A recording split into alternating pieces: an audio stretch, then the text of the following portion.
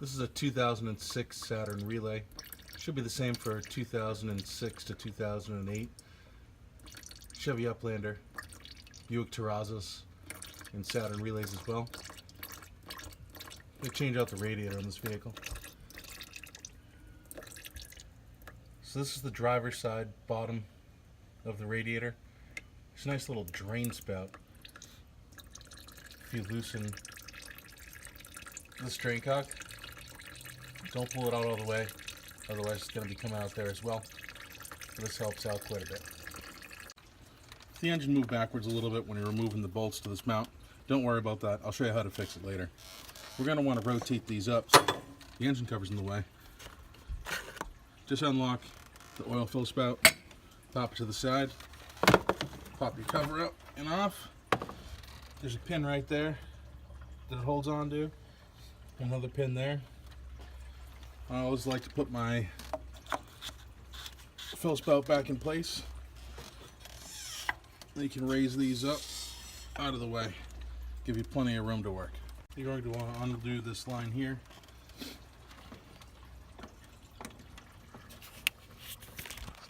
Disconnect this connector here for the fans. Remove the radiator overflow. There's a clip right in here.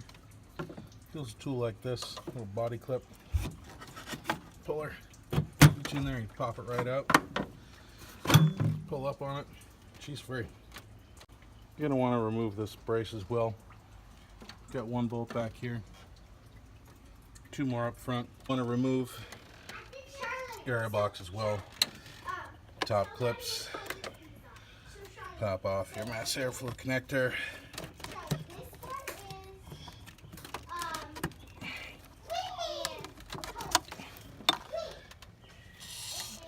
And undo the intake hose and pop this whole section out. Connector is also going to be on your intake. You can see right here, this little tab sticking off.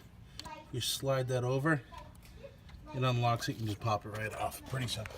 To remove this other tie bar as well to get the coolant fan out. There's one bolt back here which you can reach. How I leave. You can reach it without removing the fuse box. You can remove the two up front here, and you can actually just slide it on out. Not a big deal. It looks a lot worse than it really is. You're also going to want to disconnect this connector right here. It'll give you some trouble, but if you look at it inside, if you depress that while it's inside the connector, it'll come out. And they give you a little spot right here, so you can reach in there, press it down, and slide it out. Right in here, this one right here, this one on top, this one right in here,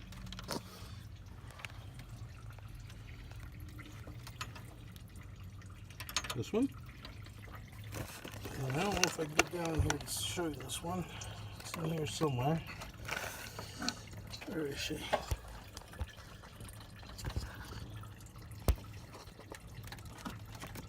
Yeah.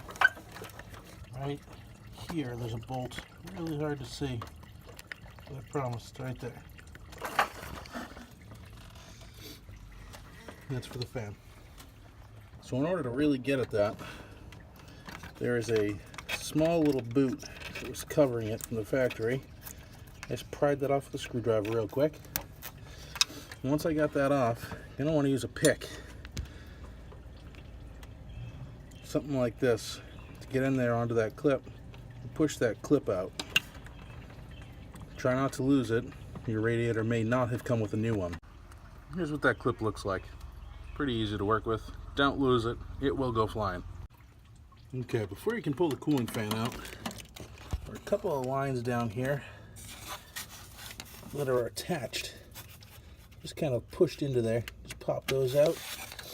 And then we should be able to slide it out. In case you need a view of the cooling fans removed. Bolts.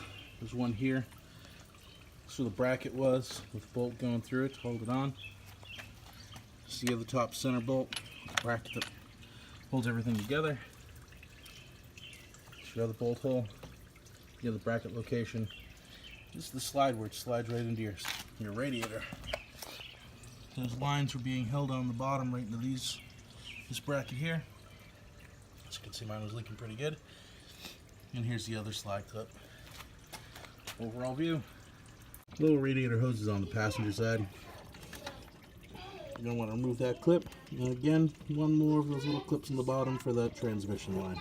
Okay, on the driver's side, they decided to put a AC line bracket as well. So you're going to want to pop off this bolt so you can loosen those AC lines, and this should be the last piece you need to pull this radiator out. Okay, so I've got everything all buttoned up pretty much here.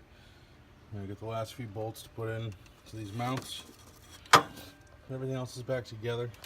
Something to note, when you're putting those air conditioning lines back on the side, there's a bracket. And that bracket has a little tab that locks into the radiator. It locks in right here. This little hole right here. It locks in and then folds over the lines, and then you can put the screw in. If you don't have it right, or you happen to bend your lines, you're going to have to find a way to bend those lines exactly back to the way they were. It's a pretty tight fit. So as promised, I told you that I would show you how to put the bolts in if it doesn't line up. It's actually pretty easy. Mine was because it was on the ramps that I used. So all you need to do is just pull the vehicle towards you and it'll go forward. Get a bolt started.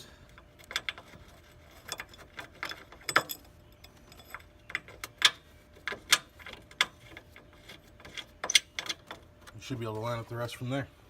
Just might have to move the vehicle a little bit to rock it back and forth into place and line up those bolts. Don't forget to add coolant and burp the system properly. Thanks for watching.